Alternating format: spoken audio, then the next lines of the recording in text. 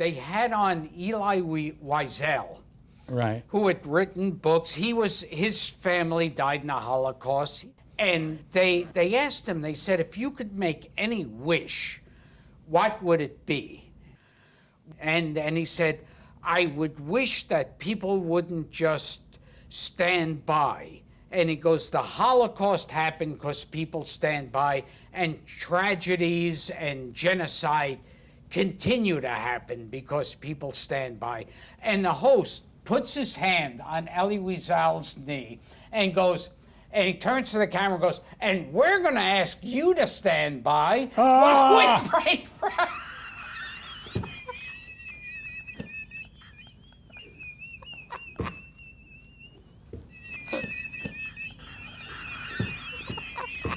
So let me get this straight.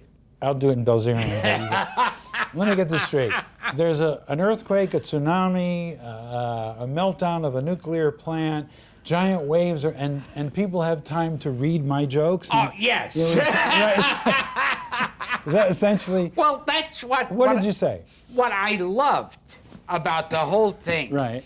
is that the biggest, the most painful and hateful thing is how I hurt the Japanese people. And I'm thinking, if enormous waves are crushing your village and like your family is being swept out to sea, right. Are you really going to be running to your computer going, let's see, how do you spell Gottfried? Is that a D or two T's? And it's like, if the worst thing on your mind is my jokes, don't you need to get your priorities in order? I mean, let's see, my family's dead. But look at joke number 7. That one pisses me off.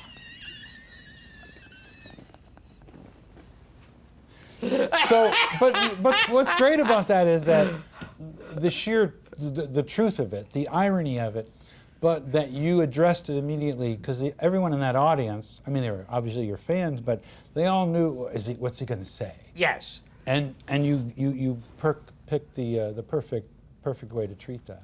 Because to me, it was always like, I mean, jokes like that I've been doing forever. No, but you know, it was like, I remember standing outside of the Comedy Store in L.A. in 1986, and the Challenger. I was 2. Yeah. Right. Yeah. You had 2 minutes of material. No, that's what I have now. Right. Since I've worked on I see. it. Yeah. Anyway, so on your point, yes. We're standing outside the Comedy Store. The Challenger exploded. Now, we're all doing jokes about it. Yeah. As the pieces are falling to the water, but no one did jokes about it that night on stage. And here's where I think the unfairness comes in towards you being mistreated for being a satirist and being an ironist and going to extremes, is that it's different. In 1986, there was no Twitter.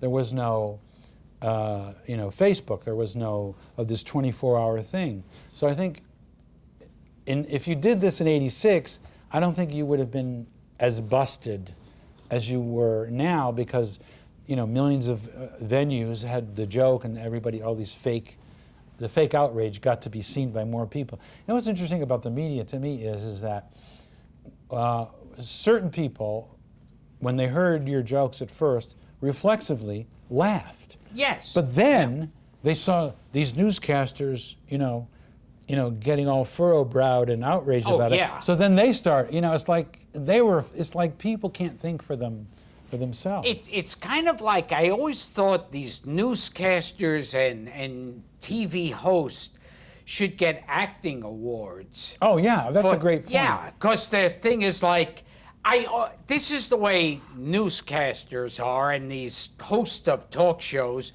are like, a family dies in a fire, coming up next. And do monkeys roller skate? And it's like, they act it out. They feel everything. Yeah. So there should be acting awards for the most bizarre segues, like that one. Yes. Yeah, 600 people died in Taiwan today in an earthquake. Later, Sally's going to show us how to make an upside-down cake. You should string like 50 of those together.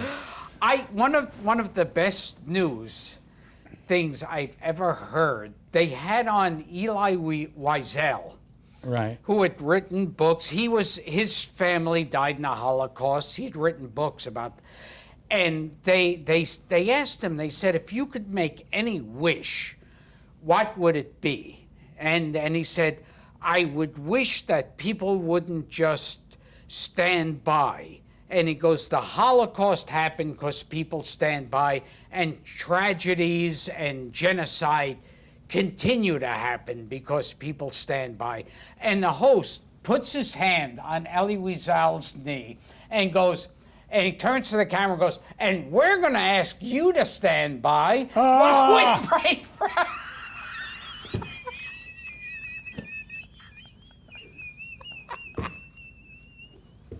And I thought, people called me tasteless. That should be the award for taste. You should write an op-ed piece for the Times. Yes. And use that example. Yeah, it's like I've been doing jokes like this forever. Yeah, of course. Yeah, I mean, I did the first September 11th joke. Well, I want to talk to you about that because a piece that was written. I'd rather not talk. No, but I would. Yes. No, I think this is an important cultural moment. In spite of yourself. Yes. Because, as you recall, do you remember did you read the Frank Rich piece? Yes. About your, let me set the audience up, and then you'll take us through it, because it's a seminal moment. I'll take a nap. Take a nap in cultural history. No, this is an interesting point. So 9/11 happened. Yeah. Now, no one was not affected in some way by 9/11. Clearly.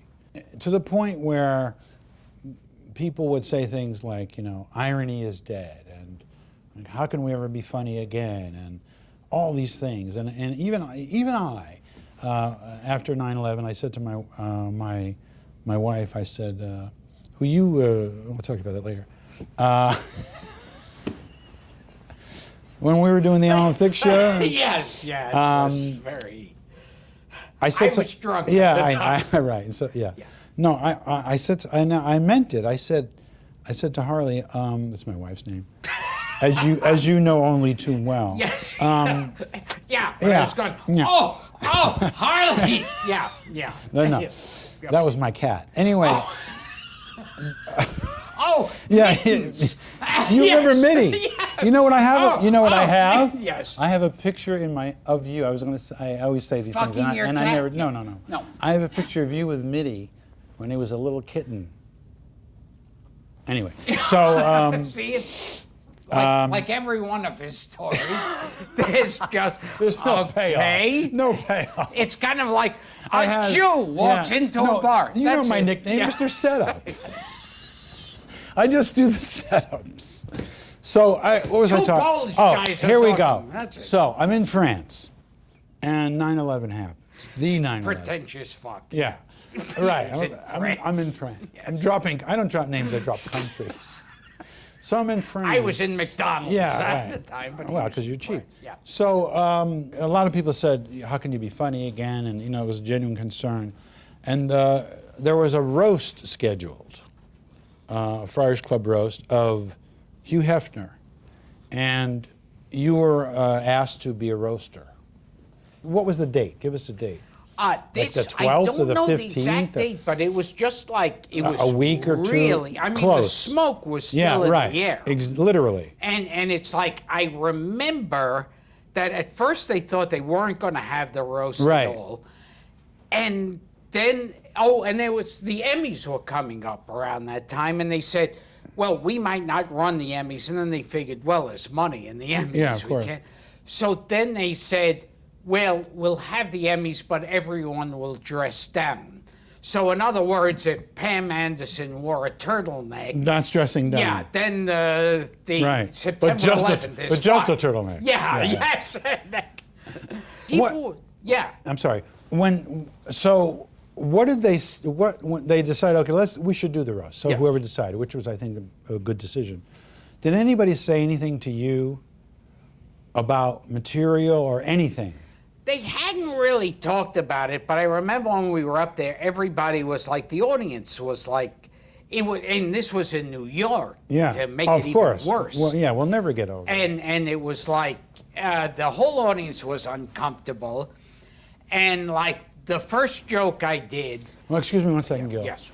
Who Don't was- interrupt. No, but for a reason. Yeah. Who was the roast master? That was Jeffrey Ross. All right, Jeffrey, Yeah. who's great. Yeah. So he did some jokes. Yeah. But it was kind of like you felt that the energy of the room was trepidatious Yes. because of what had happened. All right, so Jeffrey comes out, Yes. does the thing. Were you first, second, third? Do you remember what order? The order? I think I was the last one on. Okay, so you're sitting there, and as we know, Yes. that's 2 hours, Yeah. 2.5 hours. You're sitting there, you're watching the audience, you're watching the other acts, and no one's touching the subject, right? Yes. So you come on. I came on. First, I started doing, well, the first thing I started doing, actually, one of your co-stars, Ice-T, Yes. was on, and he was talking about, I'm going to kill some of you white motherfuckers Right. and rape you white bitches. Right. And I went out and I said, I'm really pissed. Ice-T did my whole act. And then throughout the whole show, I was going, well, I don't care. I'm doing it. It's mine. I'm doing it. So I'm going to rape all you white bitches and kill you white motherfuckers. And so Ice, by the way, was very flattered. Yes. No, really, he was. He Yeah? said, yeah. Yeah, because I hate to make Negroes angry at me. Yeah, right. Yes. That word, we because don't use that that's- word anymore. Yes, we yeah, don't because- use that. Yeah, black What is American. colored okay? Black American. Okay, I'm sorry. Afro-American. Yeah. Yeah, that's Oh, okay. good. Yeah, I'm all right. sorry. Yeah. Now, So you went on. You picked up on what Ice had done. this is basically so that's funny. Jews talking. Yeah, It's like, none of their business. So I okay. All right, so you did. So I you went on. ad-libbed off of what he did. Then finally, I wanted to be the first one to pound it. Yes. To be the first bad taste joke. Yeah. And just like slap them Right. out of it.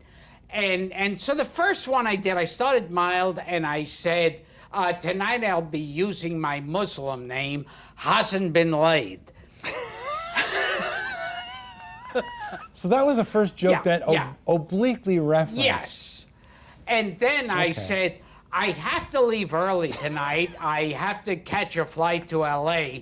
I couldn't get a direct flight. We had to make a stop at the Empire State Building.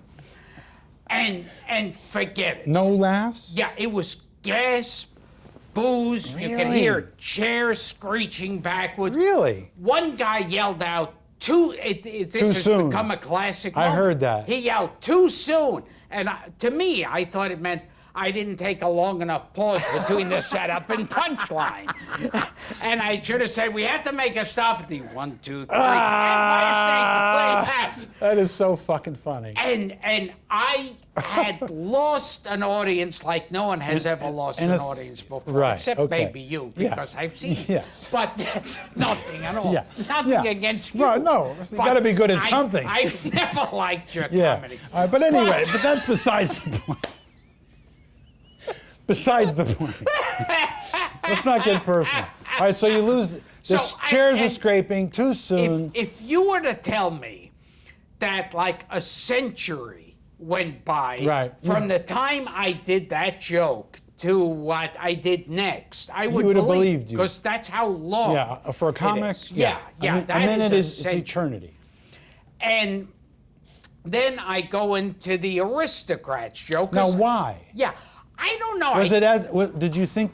Did you have it in your mind before the roast that you were going to do it, or you just figured No. in the moment that if I'm going to break through here and slap people out of this, that's the joke? Yeah, I So- figured, let me go to the bottom Yeah, level right, of hell. right. What the hell? Yeah, of course. It's like bottom level. See, Right. that's how old my references Yeah, are. yeah. Elevator operator. Yeah.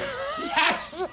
Bottom level. We're all fifth floor, haberdashery, toys, women's wear. Ladies lingerie Yeah. and hell. Like a Paul Muni movie. Yes, yes. Yeah. My references Yeah, no, I get are it. like, I'm with you. like grainy An black audience and of white, one. like Bob Osborne. All right, so that makes me more proud of you Yes. that you chose in the moment to do that joke. And- All right, so go ahead. What happens then now? The aristocrats joke has to do with incest and bestiality. Right. And then I won the audience totally back. When was the first? At what point was the first what you would consider a real explosive laugh? Because you as an artist and as a comedian felt instinctively and reflexively you wanted to shake the audience up. Yes. So you lost them, and then you decided, fuck it, I'm going to do the Aristocrats, which, by the way, originally was called the Sophisticates. Oh yes, and there's been several. There's also the Sophisticados. Yeah. Yes. The joke's about 100 years old. Yeah. Anyway, Well, so that's one of the most modern jokes in my act. yeah. Well, I just give an idea of your material. Anyway, no, but so you decided to do the Aristocrats. Yes. And so tell me at what point the first explosion happened. Because that's a historical moment in New York City. It happened very early into it. Uh-huh. And it's funny. Well, just give us the setup. Yeah. Because everyone has their own version of it. Okay. Just start it. Okay. A family walks into a talent agent's office, and it's father, daughter, a little boy and girl, and their dog. And they go in, the talent agent says, so, what kind of act do you do? and the father and mother take their clothes off and start fucking right on the floor in front of them.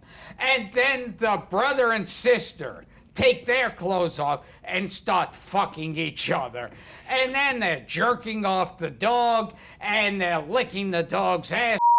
And then the son starts fucking his mother, and then the daughter and mother are going down on each other, and the father's fucking his son in the ass, and then there's piles of cum and blood and shit, because they're shitting at, and they're swimming around fucking and sucking in this, and then the talent agent goes, that's an interesting act, rather than calling the police, which is what you should do. And he goes, that's an interesting act. What do you call yourself? And they take a bow and go, the Aristocrats. And so I went into that, and now, so here's a joke about incest and bestiality. Yeah. So the terrorist attack was tasteless and inexcusable. But if you want to do a joke about a family fucking each other and shitting on each other and blowing their dog. Yeah, that's fine. That's okay. Yeah. That's okay. We have no problem with that. Go with what you know. Go with what you're familiar with. Fucking family members and blowing your dog. And they in the article, I think it was Frank Rich who said That's it. Sunday. He said it was like a catharsis. It was like, he said that in the article, he said Gilbert Gottfried did a mass tracheotomy on the audience. And it was like, and for me to say a word like tracheotomy. Yeah. And a mass tracheotomy. Yeah, that like the laughs just exploded out, and everybody was like screaming and crying, and it's like Rob Schneider was there. He fell off his chair, and they were applauding and going nuts, and it was like, that moment of, hey, it's okay. Yeah. You could come out, climb out from under your beds. Yeah. Everything's fine. Right. You're going to live after this. Right. And, I always thought, that moment of me on stage doing telling the first September 11th joke, right. I always thought that should be sent to like the Al-Qaeda. Yeah. And say, hey, you did a sneak attack, killed 3,000 of us, and we're this doing is what we did a week later. We're laughing We're making about jokes about it. Yeah, we're whistling past the graveyard. Yeah, we're cracking up about it. That's what you did. Yeah. We're laughing our You gave asses Gilbert off. Gottfried material. Yeah. Are you proud now? Yeah.